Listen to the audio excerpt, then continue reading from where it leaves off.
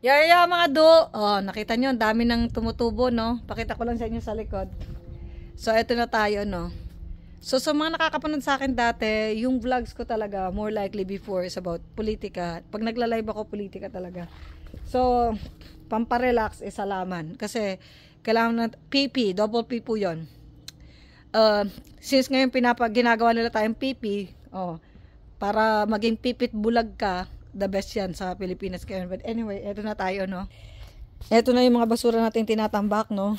Kasi painit na ho. Umiinit, lumalamig, March, katapusan na. 1 week na lang sa katapusan is birthday ni Tatay Digong. So anyway, bakit ko na naman naisip to? Eto na tayo, no? Kita nyo to. Puro damo. Parang Pilipinas na eh. Puro damo. Anong symbolize ng damo? Yung damo yung mga kasamaan, yung mga adik, mga bangag sa Pilipinas. But still, there's still a lot of people in there that knows the real situation at nag-iisip. They stand tall. Katulad na no, yung onions na yun, ayun no. Yung mga onions na yun. You definitely gonna see them, they stand tall. Madidistinguish mo pa rin kung alin ang nakakain sa hindi nakakain. Alin ang parehas mataba ang lupa, parehas sa Pilipinas mataba ang lupa. Nga lang sa taba ng lupa, katulad nito, malalaman mo pa rin alin yung nakakain. Katulad nito, oh, yan oh. Andito na yung ating kamote, nagtubuan na. Ayan na sila. Andito yung ating onions.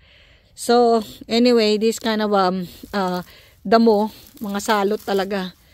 Katulad din ng damo, mabilis silang mawala. Oh. Konting hugot mo, mabilis silang mahugot din talaga. Parang yung mga tao din nakapagbangag na, sira na ang isip. Mabilis din silang matumba, mabilis silang mawala. O yan, ganyan. In a short period of time, parang lutang, pag lutang ka, akala mo marami sila, parang trolls din yan, pero kung tutuusin, konti lang yung mga yan. Para mga trolls lang, tignan mo, oh. Kahit anong hila mo, tamo, hinila mo na to, oh. Hindi pa rin nasaktan yung mga taong may tinuong usip. Ayun, oh, tignan mo. Kasi pag may tinuong isip mo, ambawa, hinila mo tong mga salot sa lipunan, oh, nakita mo yung kamote. 'Di ba? Hindi pa rin siya nahila. Kasi alam niya may paninindigan siya, o 'di ba? Sabay ganoon, nakonek ko pa talaga yung mga halaman. 'Yun ang napapansin ko mga do pag nagbubunot ako ng halaman ng damo dito. Ang nai-imagine ko sa mga damo yung mga salot sa Pilipinas. Sana kung pwede lang silang bunutin para malinis ang Pilipinas. Kaso wala eh. Wish lang natin ngayon ang pagkakataon natin ngayong eleksyon. Iboto natin yung mga taong tama sa gobyerno. Parang awa nyo na.